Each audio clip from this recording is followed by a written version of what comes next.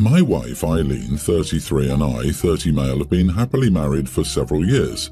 Eileen is a no-nonsense, wise person that I can trust with my life. I wouldn't have thought to marry her if my parents hadn't disowned me. My parents have generational wealth, but my father believed in working hard for your money. I wasn't a good student and got bad grades, skipped class and got in trouble a few times. My parents sent me abroad for college because I would probably not pass the college entrance exam. All I cared about then was hanging with my friends and having fun. I scraped through college, but my father was furious that I hadn't graduated on time. He disowned me and I was cut off from family money. I'd known Eileen in college. She was very smart and dedicated. She wanted to become a doctor. She had an obvious crush on me. I knew that I would run out of money and my life would be rough if I didn't have someone to keep me in check. So I asked Eileen out and we were married in a couple of years. I didn't see her often because of her long hours as an intern, resident and full doctor, but I tried to be the best husband I could. I take care of all the chores, including cleaning, cooking and chasing the kids. My parents recently contacted me again. My father had a heart attack and it scared him into reaching out. We had a family dinner. My parents commented on Eileen as my choice of partner. She's a doctor in a prestigious specialty, which made her more attractive as a daughter-in-law. They commented that she was nothing like the trashy girls I used to date, that they had to scare off, and asked me what made me change my type. I said that disowning me was the reason I married Eileen. That was the wrong thing to say. Everyone got quiet at dinner and was clearly uncomfortable. I asked Eileen if she knew why, and she said it might be because my disownment was a touchy subject. She also seems a little off, so I'm not sure what I did. Am I the idiot for saying my parents disowning me was the reason I married my wife? I needed a new mommy to fix me and pay my bills. It seems that the frontal lobe still isn't quite where it's supposed to be. Dear God. Guy announced in a room full of people that he only married his wife for financial stability, instead of, say, love. The audacity to even ask. Ha ha ha. What a loser. You are the idiot, OP. So you announced to your wife and parents that you married her not because you loved her, but because she could take care of you? Way to go, genius. You just told your wife that you're using her and don't love her at all. Yep, you are the idiot. I'm unsure if I could get over that comment if I were her. R.I.P. your marriage. Clocks are just ticking now for the impending realization she can almost certainly do better. My God, I hope she made you sign a prenup. Yeah, I was like, how is he this oblivious? He can't be that dense, can he? He basically announced, I married my wife because I'm lazy, unmotivated and can't take care of myself. I knew she'd provide me with the lifestyle I wanted, and now claims he doesn't understand what he did wrong, that he doesn't even realize what he said was hurtful. Holy crap, dude, you're not the brightest crown in the box, are you? You and your parents. Poor wife. You have much to apologize to your wife, whom you seem to love. Disownment didn't turn his life around. He just went and looked for a sugar mama. He never would have dated her if she wasn't in a prestigious major at college. The unspoken reality of this means he does not find her attractive, and he only dated her for her future value to him. He is a giant piece of crap. Spoiled trust fund babies don't really get around to becoming good people unless they work at it. Hopefully this opens her eyes and she kicks him to the curb. I disagree. OP, based on your comment, you did not mean to be an idiot, but you really sound like one. You need to talk to your wife and tell her that you realize how it might have come across, but you didn't mean it that way. You meant that your parents cutting you off made you realize what you really wanted in life, and that was her. Also, I just wanted to say to all the people saying you're useless for being the stay-at-home parent who takes care of the house and kids, I'd love a partner like you. I, 32 female father, is 20 years older than his younger brother David, 34. Due to various factors, David spent the majority of his early years with my parents. By the time I was 10 and David was 12, he moved in. David and my dad looked nearly identical and people assumed that he was his son. My parents always said that he was their first kid. They loved him like a son, etc. I always felt a bit weird about this. David is a nice guy, but he's not my brother. I never understood why it was my parents' job to pick up the slack of my grandparents. It caused a few disagreements in my youth that always boiled down to, David has nothing, you have everything, be nice. I hated that I essentially went from an only child to a younger sister without being asked. I never looked at David as a brother, but obviously, due to our small age gap, I never saw him as an uncle. To me, he's just family. We get along well. David is now married with a daughter, Aria. My parents are grandma and grandpa to her. It feels strange that they've christened her as their first grandbaby, but I've accepted that I can't control how they feel and relate to David. So as long as when my husband and I have kids they're the same to them, and I know they will be, that's fine. The real issue is that David, his wife, and my parents have tried making me Aunt Tabitha. I don't like it. Aria isn't my niece. I tried to just refer to myself as my first name with her, but the hint wasn't going through. As Aria is too little to speak, an infant, I plan to let it go for now. Yesterday we were at my parents'. Aria was being fussed over as usual. When it came time for David and his wife to help unwrap the gift my husband and I got her, David told Aria, "This is from Auntie Tabitha and Uncle Mike." Without thinking, I said, "Just Tabitha and Mike." David gave me an odd look and went back to unwrapping. Later on, privately, David asked if I was okay. I said, "Yes, why?" He said I got weird during gifts. I said, "Not weird, just factual. I'm not Aria's aunt." He was still confused. I said I'm not his sister. This seemed to hurt his feelings, but he said okay, apologized, and never said it again. My mom pulled me aside later and said I was cruel to David. She said he considered me his sister. I simply said I'm not that baby's aunt. My mom gave me a disgusted look. She and my dad barely spoke to me for the rest of the night, though David and his wife were polite. My husband feels there were better ways of going about it. Am I the idiot? You are the idiot. You're a 32-year-old woman getting upset over an infant getting attention. You are 32 years old. Go to therapy and stop taking it out on your brother. He is your brother whether you like it or not. Accept it and get over it. And his infant child. Get over yourself. My one sister is technically my half-sister biologically, but I just say she's my sister because I'm not an idiot. My other sister is actually my cousin, but I say she's my sister because, again, I'm not an idiot. Your father's brother needed somewhere to stay. Your parents did the most selfless and caring thing they could do for a family member in need, and they consider him their son. Therefore, he is your brother. Go to therapy. Yeah, grow up, OP. As far as everyone is concerned, your parents adopted David. He clearly had it harder than you, and you're being incredibly selfish. I don't know of anyone who is asked whether or not they're okay with having a sibling. You don't get a say in that.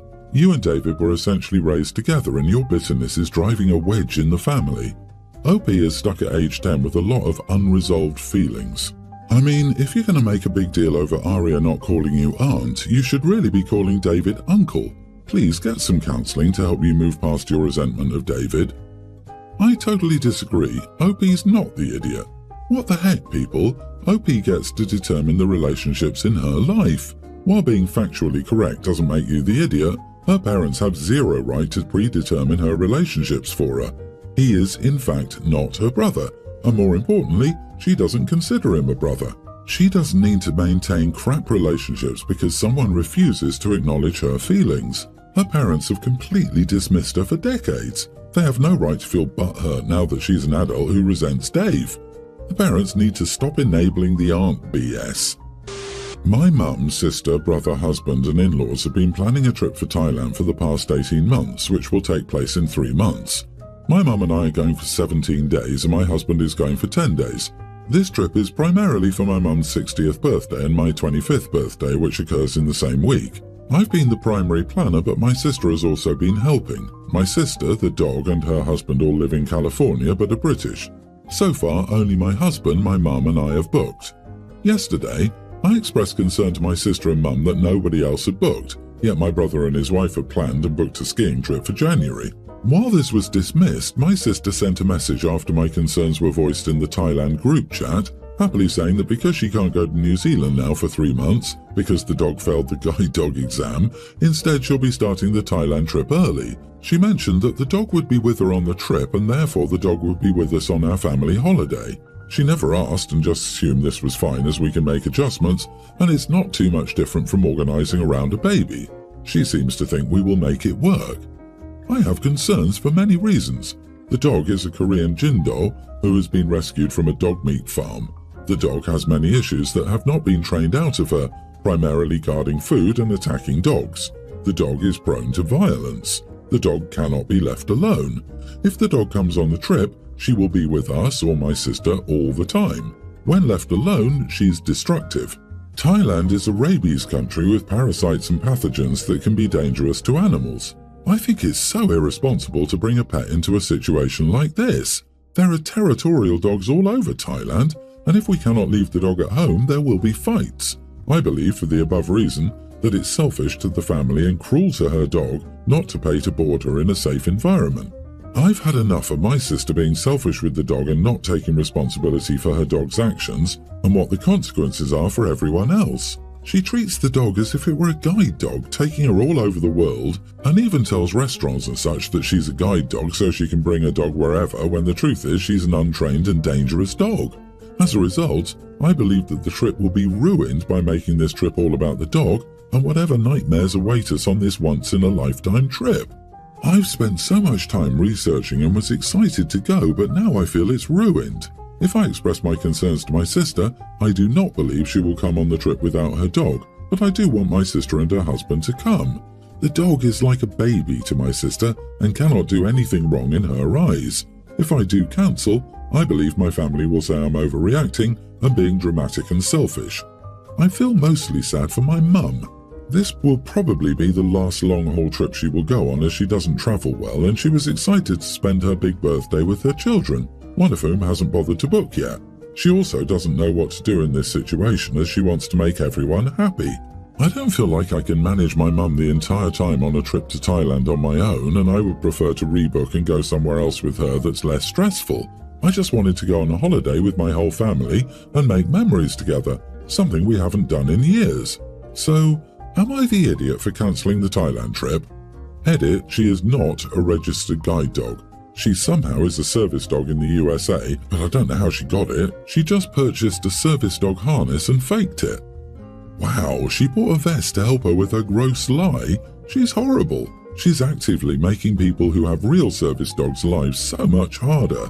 Every time an idiot like your sister says their crappy untrained dog is a service dog, it's harder to believe people who have actual damn needs. As for your trip, you are not the idiot, but I wouldn't cancel. Personally, I wouldn't work to accommodate the dog at all. You and your family have your plans. Your sister is welcome, but she plans herself, she looks after her own animal, and she faces the repercussions of the dog's actions alone. She can't go to certain places, she has to pay extra fees, etc. Her dog, her choice, her problems. The dog has a metric heck ton of problems, and I wouldn't want to deal with even just a quarter of the issues that the dog has. Your sister may be forced to leave the dog or be rejected at customs from being able to enter the country. Any pets, and again Thailand doesn't recognize service or guide pets, especially ones without proper papers, have to have the accompanying import permits. Your sister is an idiot for faking service, guide animal qualifications, especially as she has a dangerous animal. It may be worth reminding her that the police there are not like the police in the US. They will 100% euthanize any violent animal, and she will likely face criminal charges should anything happen. My husband's sister is getting married next month. I'm on the border of my first and second trimester right now. Currently, my in-laws are visiting my husband and me in our country. I got hospitalized twice with a threatened miscarriage, and while the baby and I are thankfully okay, I've been put on bed rest. Mother-in-law offered to stay with us till the wedding, when we would have travelled to their home for the wedding anyway. She'll be there for most of the month before the wedding, she just won't be available to run errands. So, to be clear, my mother-in-law will absolutely not miss the wedding, the last-minute stuff, the bridal shower, etc. in any way. She's staying with me for 14 days. I haven't said yes either way, but I guess she told sister-in-law because she reached out and was like, obviously I want mum at home, but if you're not well, then I'm happy for her to stay with you guys, and I'll just figure out the rest of the wedding planning myself. I guess her fiancé doesn't agree. He's been texting me saying that I'm being overdramatic and I'm too young to need bed rest and I'm sabotaging their wedding because I can't be bothered to look after the child I already have and that I don't need accommodation for the one in me. I feel bad because my mother-in-law has been the driving force in organising the wedding, and I guess I could just figure things out and deal with the consequences. I don't want to be the reason my sister-in-law's wedding ends up slapdash or indeed keep her parents away from her in her last month as a singleton. Am I the idiot? Not the idiot. You do not owe the idiot groom an explanation. Let him screw around and find out. I promise plenty of women and men will put him in check. You do what your doctor says and take care of yourself. If anyone has a problem with that, it's their issue. If I were the bride, I'd have doubts as to whether I really wanted to marry the guy. Is this fiancé a doctor? Is he experienced with complicated pregnancies? Is he getting stuck with more planning and complaining because mother-in-law isn't there to handle the details? The nerve of this guy. Mother-in-law is doing this willingly, so fiancé needs to step up and quit his griping. He's not a doctor but does have a PhD in being an idiot. I'd be texting sister-in-law to get her groom in check. Neither has any right to your medical info, nor does either have any say over you at all. Their wedding isn't your problem. Growing that baby safely is your only concern. Why isn't your husband dealing with this? He needs to shut that idiot brother-in-law up now. I suspect he was counting on your mother-in-law's helping with the wedding so he wouldn't have to lift a finger. Semi-update. Showed husband brother-in-law's messages when he woke up. He was displeased, I guess you could say. He took my phone and showed his mum. She came into my room and looked mad too, but she was very apologetic and said she would take care of this. I think they will talk to my sister-in-law when the time zone permits, so we'll see what happens then.